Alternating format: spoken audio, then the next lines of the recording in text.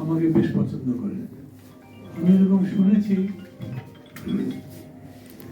একদিন সেন্ট্রাল কমিটির মিটিংয়ে বলেছেন ও তো সবচাইতে ভালো সময় দল থেকে চলে এসছে, অনেক কিছু করতে পারতো, টাকা পয়সা বানাতে পারতো, মন্ত্রী হতে পারতো, ছেড়ে দিয়ে চলে আসছে এবং বিপদে পড়তে পারতো, সেই সম্ভাবনা জেনেও ওকে তো ভালোই বলা উচিত।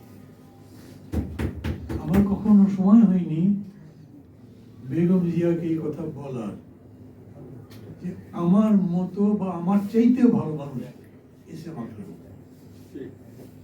কারণ মাসুম যখন বলল তখন শুনেছেন আপনারা,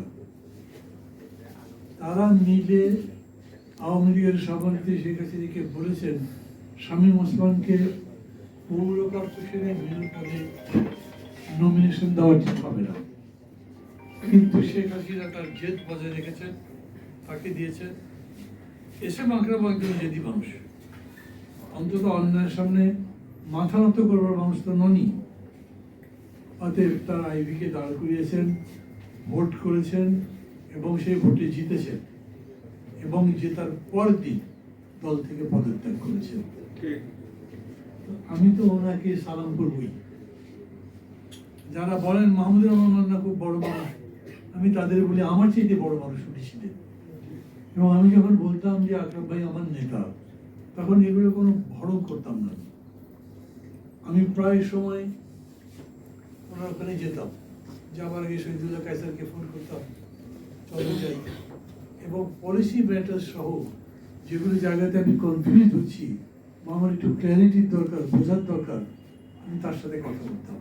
উপদেষ্টা মানে তো এরকমই হতে হবে, কোনো রকম একটা সং সাজিয়ে রাখলাম উপদেষ্টার মতো, এরকম তো নয়। সেই অর্থে আকরাম ভাই ওয়াজ এ গাইড। আমাদের সংলাপ হচ্ছিল আওয়ামী লীগ সরকারের সাথে, মানে আমরা যে যুগপৎ আন্দোলন করছি, বিএনপি নেতারাও গেছেন, আমরাও গেছি, ডক্টর কামালও ছিলেন, সবাই মিলে সেইখানে সভা শেষ করে বেরোবার পর শেখ হাসিনা সবাই গেটে দাঁড়িয়ে সবাইকে বিদায় জানাচ্ছেন। উনি হঠাৎ করে আমাকে আর আমার সাথে আকরাম ভাইকে দেখে অবাক হয়ে গেছেন। আকরাম সাহেব আপনি? আকরাম ভাই একদম ইজি, মানে হ্যাঁ আমি। আপনি মানে মান্নার সাথে? হ্যাঁ মান্নার সাথে। শেখ হাসিনা খুবই অবাক হয়ে গেছে, আপনি ওনার সাথে মানে আমি তো প্রথম থেকে তার সাথে দলটা তো বানালেনি আমরা। আচ্ছা আচ্ছা আচ্ছা, পলিটিক্স করে শেখ হাসিনা তো এমনি পরিবাস কম না, শেপ চেঞ্জ করে। আচ্ছা আচ্ছা, খুব ভালো কাজ করে ইত্যাদি ইত্যাদি। আমি বলি আমাকে যারা বলেন আমার জীবনে বেশ সুযোগ টুযোগ ছিল, কিন্তু আমি তো দেখি আকরাম ভাই সারাটা জীবন সুযোগেরই কেবল বিষয় ছিল, কিছুই করেন, মানে কিছুই করেনি বলতে গরিব মানুষ ছিলেন তা তো না, কিন্তু নিজের জন্য, নিজের পরিবারের জন্য আলাদা করে রাজনীতিকে ব্যবহার করে কিছু করেন। আমি প্রায় সময় বলি জুলাই আগস্টে যে পরিবর্তন হয়েছে, সেই পরিবর্তনের মর্মার্থ আমরা অনেকে বুঝতে পারছি না। এতগুলো মানুষ এইভাবে জীবন দেয় কি থেকে বলেন? যখন প্রধান সেনাপতিকে শেখ হাসিনা বললেন, কিংবা এয়ারফোর্সের চিফকে শেখ হাসিনা বললেন নির্বিচার গুলি করতে থাকো, আমি ক্ষমতায় থাকতে চাই, ক্ষমতা ছাড়বো না, তখন তাদের জবাব কি ছিল? গুলি করে কি হবে, একটা মরে তো 4টা দাঁড়ায়, একটা মরে তো 10টা বেঁচে ওঠে, এদের তো শেষ করা যাবে না। এই যে মানুষের মধ্যে এত বড় একটা ত্যাগী মানসিকতা কি থেকে আসে? যখন মানুষ জীবনকে তুচ্ছ মনে করে এর চেয়ে যে উন্নত জীবন সম্ভব, শুধুমাত্র এই বাধার কারণে পাচ্ছি না, এই বাধাটা সারাবো আগে, তারপরে আমি ওই জীবনে প্রবেশ করব। বাংলাদেশে তাই হয়েছে। যারা এই জায়গাতে জেনজি নিয়ে লেখালেখি করে না, তারা জেনজি স্পিরিটটা অনেক সময় মিস করে যান। জেনজির মূল কথা কি ছিল? এই ক্লেদাক্ত বিষাক্ত আপোষের জীবনযাপন করতে করতে আমরা ক্লান্ত, এইবার সাহস দেখাতে চাই। ওই সাহস বিএনপি দেখাতে পারেনি, ওই সাহস আমরা দেখাতে পারিনি। ওই চ্যালেঞ্জ, সরকারের এত বড় নির্মমতার বিরুদ্ধে চ্যালেঞ্জে দাঁড়াবো, জান যাবে কিন্তু মান দেব না। বিএনপি দাঁড়াতে পারে নাই বলে আন্দোলন যখন জিতেছে তখন বিএনপি খেলার মাঠের সাইড লাইনে বসছে, মূল লাইনে মূল খেলোয়াড়, সেন্টার ফরওয়ার্ড, স্কোরার সবকিছু তখন ছাত্র জন্ম হয়ে গেছে। এটাও একটা বিরাট বৈশিষ্ট্য। দল তো নেই, ওই আন্দোলনে দল তো ছিল না, একদম শেষ সময়। এটা অবশ্যই কেউ যদি অস্বীকার করে 15 বছরে এই দলগুলোই তো এই আন্দোলনের ভিত্তি তৈরি করেছে, নিশ্চয়ই। কিন্তু ওই সময় ফাইনাল খেলাটা যখন হয় তখন রাজনৈতিক দল সব কটা সাইড দিয়ে চলে গেছে। কেন? এটা এরকম নয় যে ছাত্রদের বৈশিষ্ট্য বা শ্রমিকের বৈশিষ্ট্য বা কারো বিশেষ গুণাবলী ব্যাপারটা। মূল বিষয়টা হচ্ছে যে কাজটা করা দরকার ছিল সেটা করতে পারেনি। প্রশ্ন হচ্ছে এই এত বড় ত্যাগ তিতিক্ষা করে আকাঙ্ক্ষা কি? ওই মানুষের মধ্যে থেকে স্লোগান উঠলো, এই দেশ চাইলে নতুন দেশ চাই, যেই দেশ আগে হতো না, যেখানে শোষণ, নির্যাতন, বৈষম্য, বঞ্চনা, মানুষের প্রতারণা, ঠকবাজি, মিথ্যাচার, রাজনীতির নামে অন্য মানুষের গলা কাটা, গলা টিপে টাকা আদায় করা, ওই রকম নয়। একদম নতুন একটা কিছু চাই, ভালো কিছু, একটা দেশ যে দেশকে ভালোবাসতে পারবে। দেশ ছেড়ে পালাতে হবে না, এবং পালাতে গিয়ে ভূমধ্য সাগরে ডুবে মরতে হবে না, রাবার বাগানে বানের সাথে সাপের কামড়ে মরতে হবে না। সেই রকম একটা জীবন যা যাপন করবার জন্য সেরকম জীবনযাপন কিরকম করতে পারবেন? যদি দেশটা ভালো হয়, তাই তো, রাষ্ট্র যদি ভালো হয়, যদি শাসনটা ভালো হয়, যেটা গভর্নেন্স বলে, সেইটা যদি ভালো হয়, এবং সেটা কখন হতে পারে? যারা ক্ষমতায় যাবে তারা যদি সেই রকম মানুষ হয়।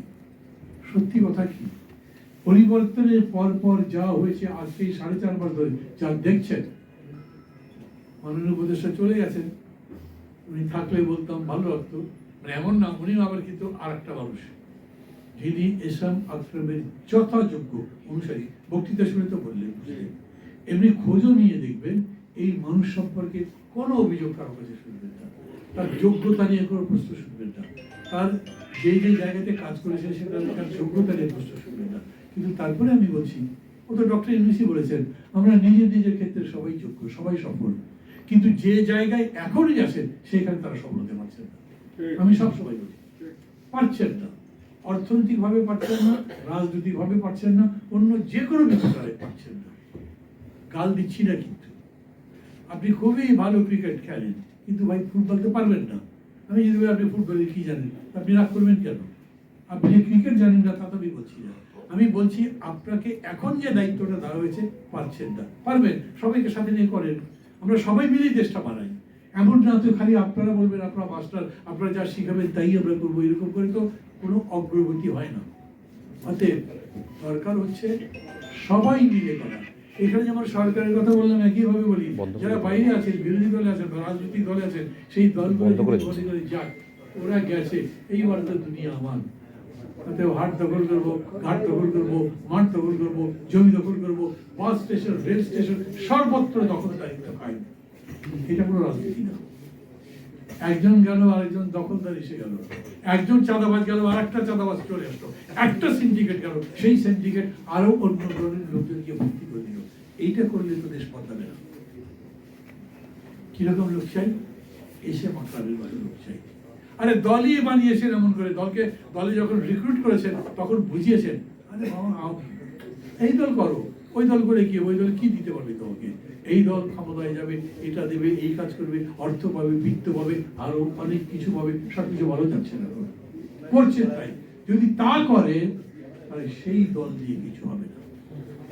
আমি এখন মাঝে মাঝে এরকম করে বলি, জনগণকে বলি, এই জনগণ, দেশ যদি ভালো করতে চাও তাহলে ভালো একটা দল বাঁচো, যেই দল সত্যি সত্যি ভালো, যেই দল জনগণের কল্যাণ চায়, যেই দল জনগণের কল্যাণ করবার মতো ক্ষমতা রাখে, তার আন্তরিকতা আছে, তার অঙ্গীকার আছে, তার বিশ্বাস আছে, সেই রকম দল লাগবে। তা না হলে খালি কথার সময় বড় বড় কথা বলবে, আর সাথে সাথে দেখছেন দিনে রাতে বিভিন্ন জায়গায় খালি হাটের দখল নিয়ে কথা পারা গেছে। এগুলো কোনো দল হলো? এই দল দিয়ে কল্যাণ হবে? অন্যদের সবার কথাই আমি বলি। আর কেউ যদি মনে করে না আমরা তো আছি, ক্ষমতায় আছি, আচ্ছা তোমার চাকরি দেয়, চাকরির ব্যবস্থা করবো, আসো আমার দল করবে, তার মানে দল করবার শর্তে তার পাপ হয়ে যাবে। নির্বাচন হয়েছিল শেখ হাসিনার আমলে, ওই যে যারা কাউন্সিলর নির্বাচিত হয়েছে ওরা কাউন্সিলর, আপনি সেই কাউন্সিলরদের বলে আবার ফিরিয়ে দেবো, আমরা সরকারের সাথে কথাবার্তা বলবো, দলের মধ্যে যোগ দাও, একটাতেও জনগণের কোনো কল্যাণ নাই। সেই রাজনীতি কল্যাণ করতে পারবে যে রাজনীতিটা কল্যাণ ধর্মী। দলটাকে ওই রকম করে গড়ে তুলেছে যার অঙ্গীকার আছে দলকে ভালো করবার জন্য, এবং সেই পদ পদ্ধতি আপনি জানেন। আমি কথা বলছি না কেবল আন্তরিকতা দিয়ে, কেবল ভালোবাসি দিয়ে আপনি দেশ গড়তে পারবেন। তার সাথে সাথে আপনার প্রযুক্তি জানতে হবে, তার সাথে সাথে আপনার নীতিটা জানতে হবে, কৌশল জানতে হবে, কোন পদ্ধতিতে গেলে কি করলে দেশকে সত্যিকার ভালো দেশ মানতে পারে। আমি সব কথাই বলি, সুজলা সুফলা শস্য শ্যামলা সোনার বাংলা বানান যায়, এখন যাবে না কেন? 4 কোটি মানুষ যখন এই বাংলাদেশে বাস করে, তখনও আমাদের দেশে দুর্ভিক্ষ হয়েছে। 50-এর মন্বন্তরে জনসংখ্যা আরো কম ছিল, তখন মানুষ মারা গেছে। আজকে 2024 সালে 25 তো এসেই যাচ্ছে, আমাদের জনসংখ্যা 18 কোটির মতো। আগের মতো দুর্ভিক্ষ তো নেই। এইটুকু জায়গার মতো এতগুলো মানুষ সাপের মতো কিলবিল করে, কোনো একটা মেট্রো স্টেশনের নাম্বার পর জায়গায় খালি ধাক্কা লাগে লোকের সাথে, হাঁটতেই পারা যায় না, পা ফেলবার জায়গা পাওয়া যায় না। সেই দেশেও কিন্তু মানুষ দুর্ভিক্ষে মারা যাচ্ছে না। আচ্ছা, যদি এরকম হতো, এই জনসংখ্যা 4 কোটি হতো আর আমাদের উৎপাদনের পরিমাণ এতই থাকতো, আমাদের সম্পদ এই হতো, তার মানে আমার প্রত্যেকে এখন যা আছে তার 4 গুণ করে বেশি সম্পদ পেতাম। আপনি তো সেই পরিকল্পনা লাগবে। আপনি কতখানি সম্পদ তৈরি করতে পারবেন, আপনি কতখানি সেটার ভাগিদার রাখতে পারবেন, জনসংখ্যা কত দূর রাখবেন, সামগ্রিকভাবে এই অর্থনীতিকে বিকশিত করা এবং তার সাথে সাথে সেটার প্রপার ডিস্ট্রিবিউশন করা, এই পরিকল্পনা নিয়ে যদি অগ্রসর হওয়া যায়, মানুষগুলো যদি কমিটেড হয়, তাহলে দেশ বাঁচাবে। এই জন্যই বলি, জনগণকে বলি, ওই সমস্ত কেবল ভোটের আগে বড় বড় কথাবার্তা বলবে আর একেবারে পাগল হয়ে যাবে ভোটের জন্য, ওদের দিয়ে দেশের কল্যাণ হবে না। দল বানাতে হবে। দল 1 বছরে বানানো যায়, 1.5 বছরেও হতে পারে। মাখো 4 নম্বর দল ছিলেন ফ্রান্সিস, 1, 2, 3 ধরাশায়ী হয়ে গেছে। যাদের জেতার কথা ছিল, যারা মনে করেছিলেন তারা সরকার গঠন করবে, তারা ধরাশায়ী হয়ে গেছে। কিন্তু বাঁকুর পার্টি ফ্রান্সের নির্বাচনে জিতেছে। কোনো আলামতের কথা বলছি না, আলামত বলছি না, বৈশিষ্ট্যের কথা বলছি। বাংলাদেশের মানুষ আজকে ওই পরিবর্তিত নেতৃত্ব চায়, পরিবর্তিত দল চায়, পরিবর্তিত সংস্কৃতি চায়, পরিবর্তিত রাজনীতি চায়, পরিবর্তিত দেশ চায়, তার জন্য লড়াই করতে চায়। কিন্তু মানুষ তো নিজে নিজে আর সবকিছুর পরামর্শ, সবকিছুর সাজেশন বলতে পারবে না। সেই সাজেশন বলেন কিংবা তাকে বাস্তবায়ন করবার জন্য যে কর্মপদ্ধতি, কর্মকৌশল বলেন, সেটা করবে রাজনৈতিক দল। আকরাম ভাই আমাদের কাছে প্রাসঙ্গিক। আমি মনে করি যতদিন পর্যন্ত ওই রকম একটা গণতন্ত্র রাষ্ট্র আমরা করতে না পারবো, ততদিন পর্যন্ত প্রাসঙ্গিক। কারণ যারা জানেন না তারাও জেনে খুশি হবেন, আকরাম ভাই আমরা যেরকম দল করতে চাই, যেরকম নেতৃত্ব করতে চাই, যেরকম নেতা বানাতে চাই, সেই রকম একটা তৈরি মানুষ ছিলেন। কষ্ট তো লাগে। মানে উনি যখন বলতেন সামনে নির্বাচনটা কি করতে পারবো বাংলা, আমি রাজনীতি করি, সবসময় হা বলি। তো রাজনীতির ভিতরে না বললে অসুবিধা। ও চাকরির জন্য আসলে সে চাকরি জীবনেও পাবে না, তবুও বলে ওই চাকরি পাবো না। মানে আমাদের দেশই এমন হয়েছে, ক্যানট সে নো, কারণ নো বললেও আপনার থেকে বিরতি হয়ে যাবে। আকরাম ভাই যখন বলেছেন না ওটা ধান্দাবাজি না, আমি বললাম ভাই পারবেন ইনশাল্লাহ, দেখেন এত হতাশ হতে গেল। উনি আমাকে বলেছেন বুঝতে পারছি, যখন তার পেট ফুলে যায় তখন বুঝতে পারছি এটা কোন দিকে যায়, ভিতরে খুব কষ্ট। আমি বড়জোর শহীদুল্লাহ কায়েসের সঙ্গে শেয়ার করি, বাকিদেরও বলি না, সবাইকে বলি না। তার পরিবারের সঙ্গে আজকে অত ছোট্ট আসছে, আমি ছোট্ট এখনই শুনলাম, এখন তার পরিবারের সঙ্গেও শেয়ার করতে পারছি না, তারা কতদূর জানে সেটাও বলতে পারি না। আকরাম ভাই কতদূর বলছেন বলতে পারবো না। ভাবি যখন জীবিত ছিলেন, এই আর একটা মানুষ ছিলেন, কারণে অকারণে আমার কষ্টে জিজ্ঞেস করতো, আর আকরাম ভাইকে বলতো এত অন্যায় ভাবে ওকে এরকম এত কষ্ট দেবে সরকার, খোঁজ খবর রাখো তুমি ঠিক মতো। মানে মনটা ভরে যেত যে ভাবি তো রাজনীতি করতেনই না, কিন্তু অ্যাজ এ পার্সন এত চমৎকার ছিলেন, আপনাদের কারোই হয়তো দেখার সুযোগ হয় নাই। মানে এই কাপল, তার সাথে তার ছেলেরা মিলে যে পরিবারটা, মানে একটা আদর্শ পরিবারের মতো। মানে আমি মাঝে মাঝে ভাবতাম আমার কিরকম ভাবে, নিজের পরিবারের ব্যাখ্যা আমি দিতে যাচ্ছি না, তবে নিশ্চয়ই আকরাম ভাইয়ের কাছে আমার একটু ঈর্ষাই হয়। আমার পরিবার বা আমি অতখানি না, আমার মনে হয় ওনার মতো হলে একটা পূর্ণাঙ্গ মানুষ, পূর্ণাঙ্গ পরিবার, সেই মানুষ আরো যত সামনে যাবে, একটা পূর্ণাঙ্গ দেশ যে আমি চালাতে পারবে। দোয়া করবেন সবাই, আমাদের সবাই আজকের দিনের এইটাই সাথে ভাইকে আরো ভালো করে জানি এবং সেরকম হবার চেষ্টা করি এবং সেই রকম করে একটা দল বানাবার চেষ্টা করি। নিশ্চয়ই আমরা জিতবো। ভালো থাকবেন। খুদা হাফেজ। এই